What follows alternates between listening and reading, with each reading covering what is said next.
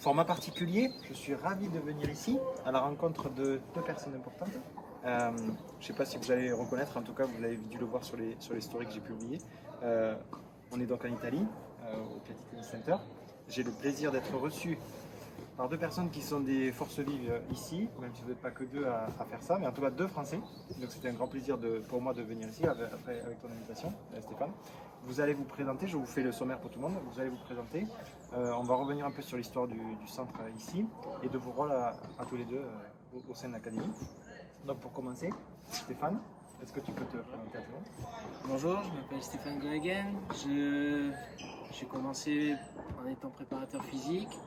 J'ai accompagné pas mal de joueurs. J'ai été d'abord en club, ensuite à la Ligue Côte d'Azur. J'ai ensuite suivi à lycée Cornet pendant 9 ans. On est allé au Team Lagardère.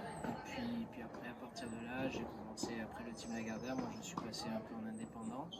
Je me suis installé sur Monaco et j'ai commencé à travailler, à collaborer avec des joueurs qui sont résidents sur Monaco.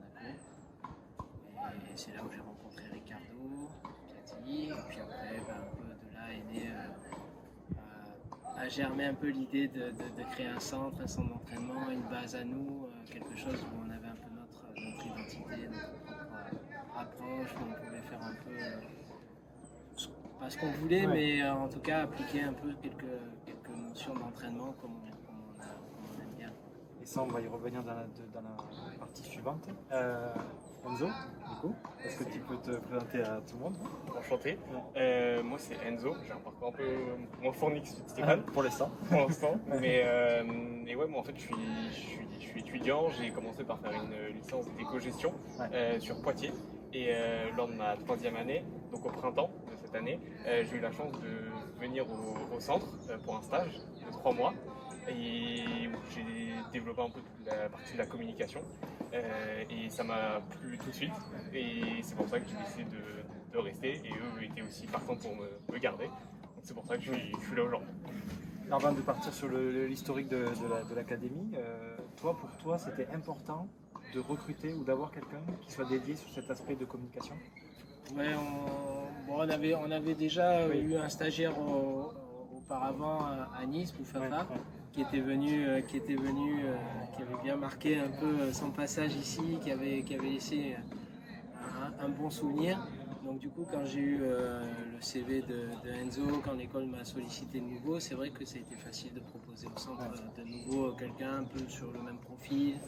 Et puis on tenait quand même à perpétuer un peu le travail qui avait été commencé, qui avait été fait, et puis entretenir un peu cette relation avec les réseaux sociaux, tout ça. Donc on aime bien, Ricardo aime bien avoir beaucoup de jeunes aussi, tu vois, pour montrer une équipe dynamique. Pour avoir pas mal d'énergie, pas mal de trucs. Donc c'est vrai que c'était l'occasion d'intégrer Enzo, et puis bon, après c'est vrai que ça s'est bien passé. Et suite à la fin de son stage, on a proposé au centre à ce qu'il revienne, à ce qu'il reste, à ce qu'on trouve un moyen peut-être de collaboration. Et puis bon, du coup... Toi Enzo, on va en parler sur une des parties qui va suivre sur ton rôle actuel ici.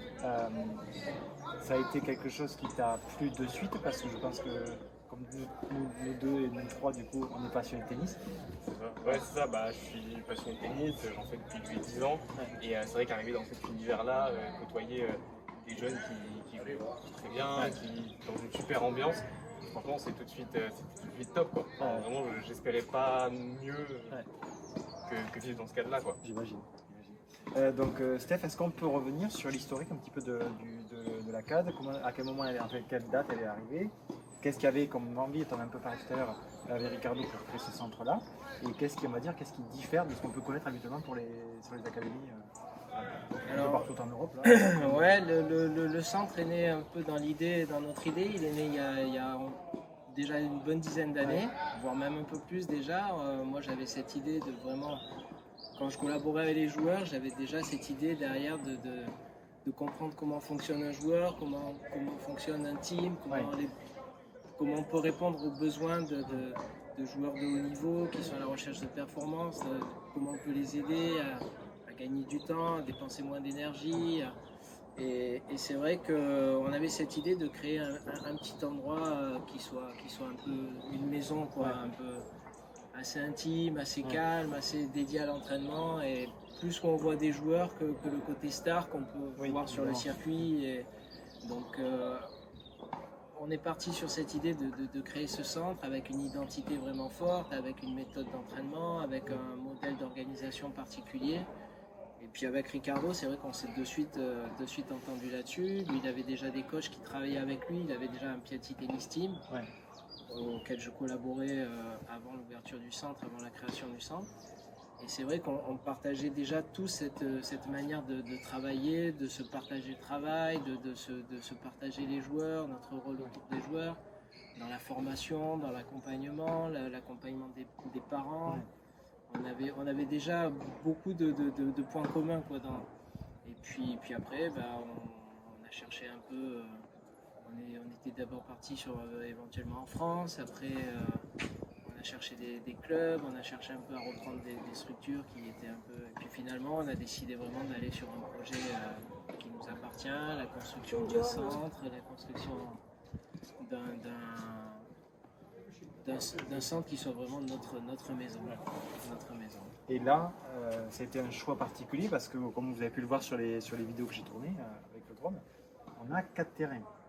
Oui, l'idée c'était vraiment d'avoir un centre petit, à taille humaine, 4 terrains, les joueurs sont 2 par terrain, et de manière à ce qu'on facilite un peu la relation humaine, qu'on ait le temps de discuter avec tout le monde, qu'on ait le temps de connaître les joueurs, qu'on ait le temps de connaître les familles, qu'on ait le temps de connaître les projets de chacun. Chacun va avoir un rôle différent, chacun va avoir un projet différent, chacun va avoir des ambitions. Donc on essaie vraiment de répondre un peu à toutes les sollicitations, à toutes les demandes qu'on peut avoir. Et ce qui n'empêche pas, tu peux répondre toi Enzo, ce qui n'empêche pas d'avoir sur le site tout ce qu'a besoin un joueur professionnel ou quasi professionnel. Là. C'est sûr. Les infrastructures, c'est des infrastructures qui sont top, quoi. Qu'est-ce qu'on a par exemple à l'intérieur que tu m'as fait visiter? Franchement, il y a la salle de gym qu'on a pu voir. Il y a aussi il y a des vestiaires, il y a une salle pour les physios, une salle pour l'ostéo, il y a une salle de réunion aussi pour les coachs. Mais ouais, c'est pas très grand, mais on va dire il y a tout ce qu'il faut pour. Plus 2 aspects qu'on a vus hier ensemble, que j'ai pas montré en story, par rapport à tout ce qui était entraînement mental et même technique de récupération, avec le sauna et les bains froids. On a démarré une collaboration là avec Formula Médecine pour tout ce qui est partie entraînement mental. Et puis après on a un petit côté spa, récupération, sauna, vasque froide, qui participe un peu à la récupération des joueurs. Voilà. C'est vrai que moi, dans mon parcours, dans l'idée un peu de créer un centre, j'avais fait 3 ans en tant qu'étudiant en observation à l'AS Monaco dans le centre de formation. Et c'est vrai qu'on s'est beaucoup inspiré des centres de formation au foot, dans la gestion du collectif, dans la gestion un peu des effectifs, dans la gestion du staff, dans la gestion dans les espaces aussi à créer. J'avais eu l'occasion avec le team Lagardère d'aller à Marcoussis aussi, voir aussi pour le rugby, avec Christian Miller qui collaborait avec nous. Et c'est vrai que ça m'a beaucoup aidé dans la conception de la structure, même si c'est pas moi qui ai fait le plan, etc. Mais en tout cas dans les idées qu'on a pu apporter et dans les besoins qu'on a pu un peu pointer chez les joueurs, c'est vrai que ça a été important cette expérience-là nous a donné. Et je le répète souvent sur le site et sur les interviews, il faut vraiment, et là ça en est encore un exemple, c'est vraiment intéressant d'aller se nourrir d'autres sports, d'autres disciplines, d'autres façons de fonctionner, d'autres pays, qui nous permettent après de trouver ce qui nous correspond le mieux à nous, et en tout cas dans le projet dans lequel on est en train de construire à l'instant T. Est-ce que tu peux, je reviens vers toi Enzo, est-ce que tu peux nous parler de ton rôle actuel, de tes missions on va dire au quotidien, et spécifiquement ce que tu fais pour les coachs, parce que évidemment là on parle à beaucoup de coachs, il y a des dirigeants qui nous écoutent évidemment, d'autres personnes peut-être en dehors de l'enseignement du tennis, mais essentiellement ce sont des coachs qui nous écoutent.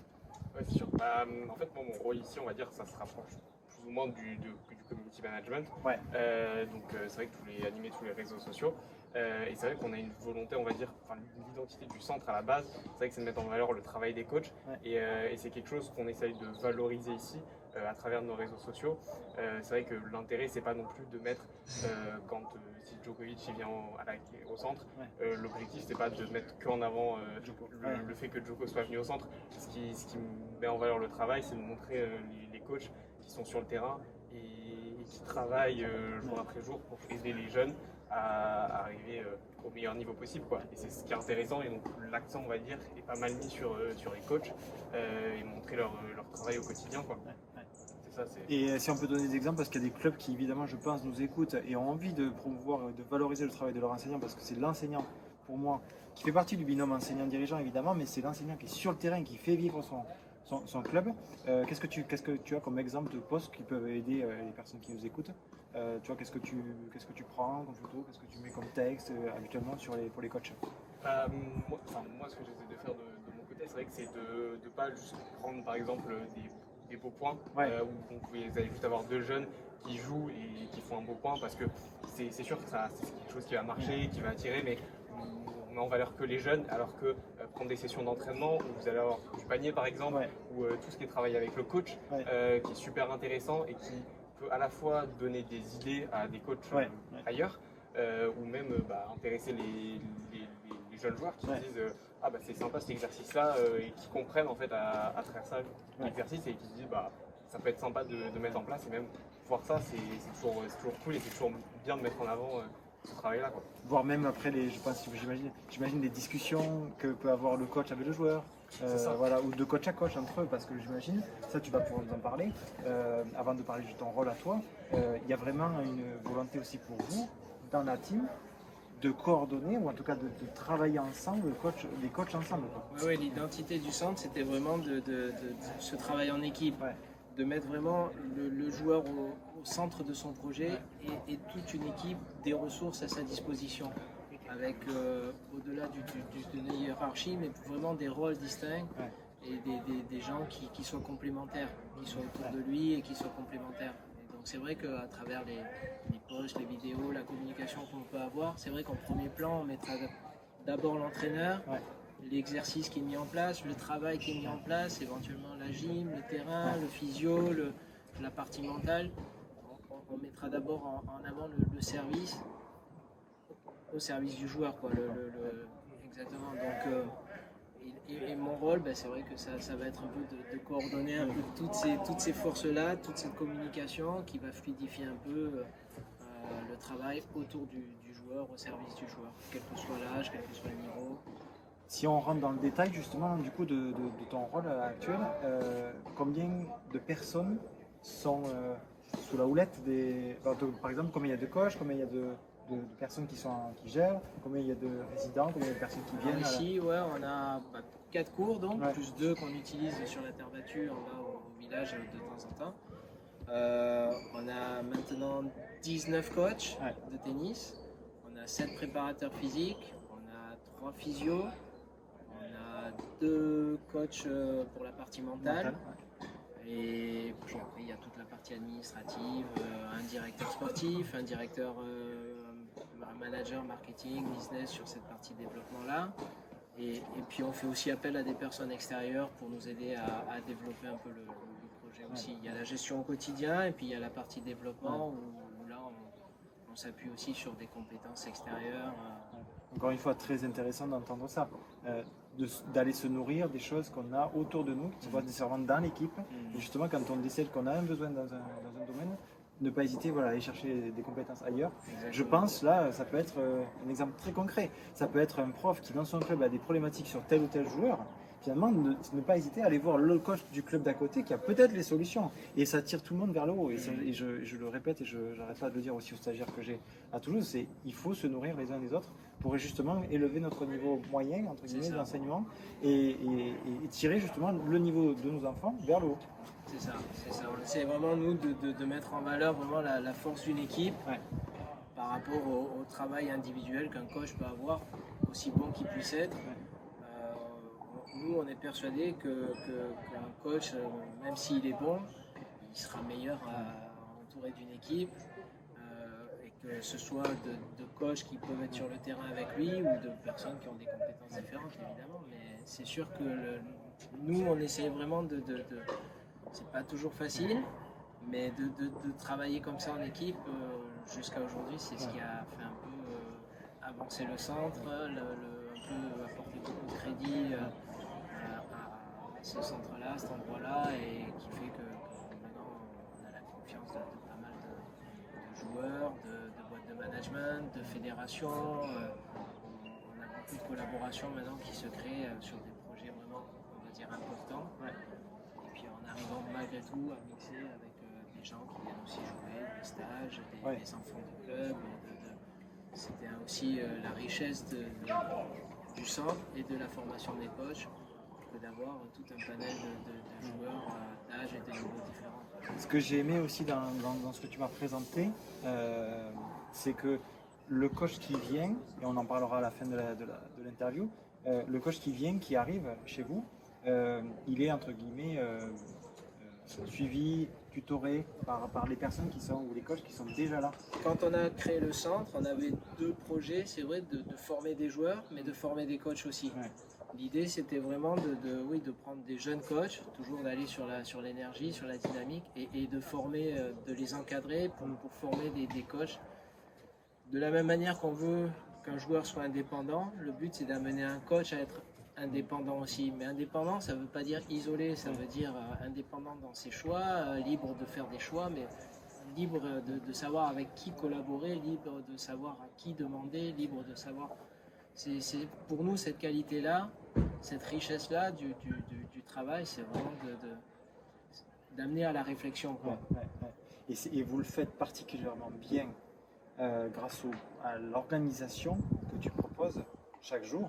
C'est le fait que ça va changer, en fait, ça va mixer. Ouais, tous les joueurs ne vont pas... Voilà, voilà, la particularité du centre, c'est vrai que c'est pas d'avoir un programme établi sur une semaine, un mois, un trimestre, quoi que ce soit, c'est que tous les jours, on publie un programme la veille au soir, comme un programme d'un tournoi un peu. Ouais. Et donc tous les jours, on publie un programme que les joueurs découvrent et pour le lendemain. Donc, quand on parle de programme, du coup, c'est pas tant le contenu, hein, c'est vraiment l'organisation. L'organisation, ouais, c'est ça, c'est ce qu'on voit sur les tournois, les schedules un peu, et puis donc qui joue première rotation, qui joue deuxième rotation, qui joue l'après-midi, le matin, avec tel coach, avec sur telle surface. Donc, tel joueur, donc un enfant peut avoir dans ces programmes-là, du jour au lendemain, différents coachs.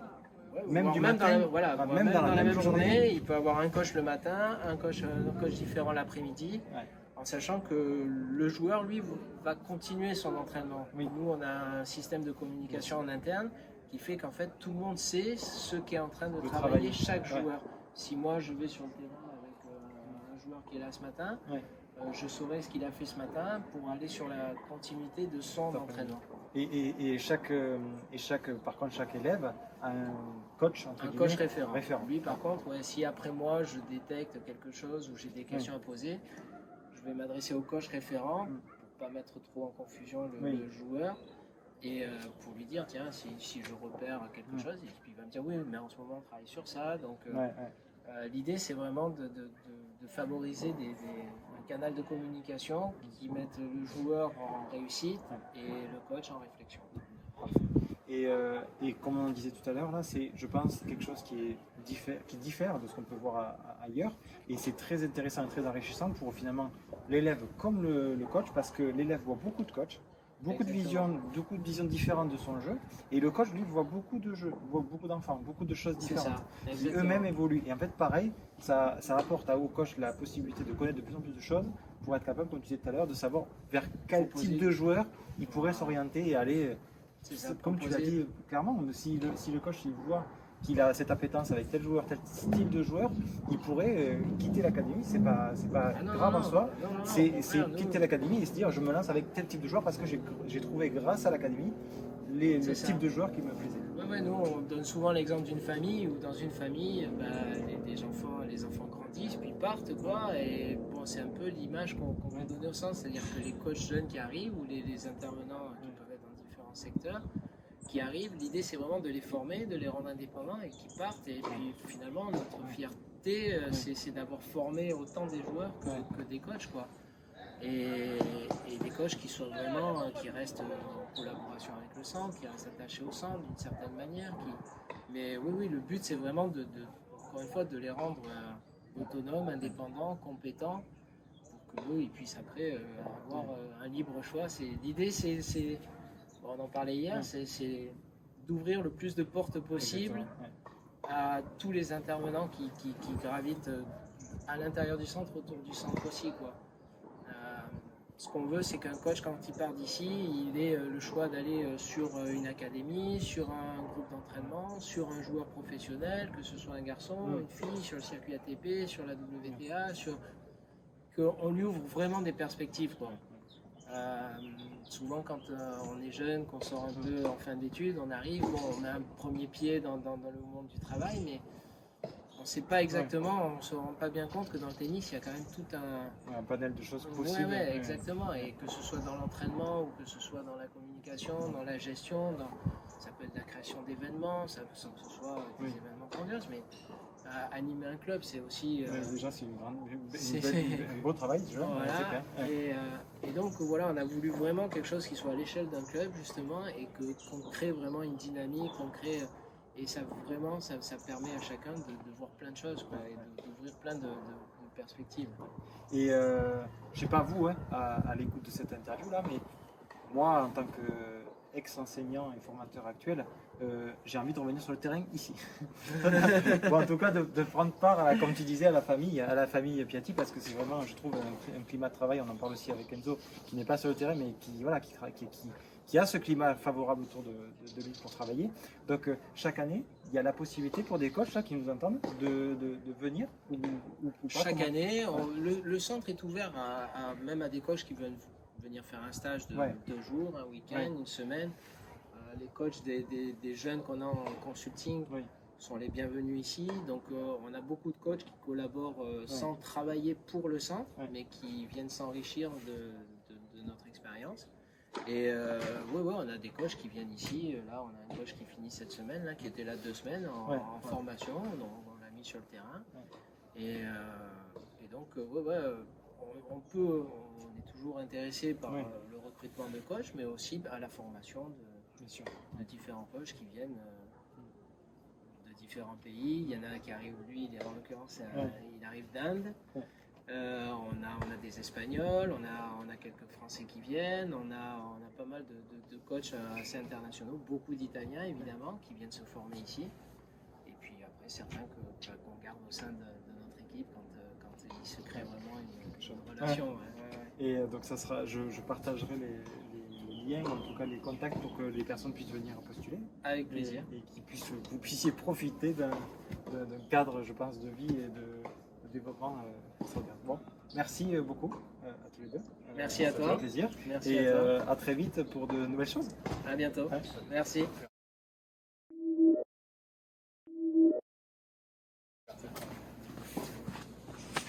Putain, j'ai pas appuyé.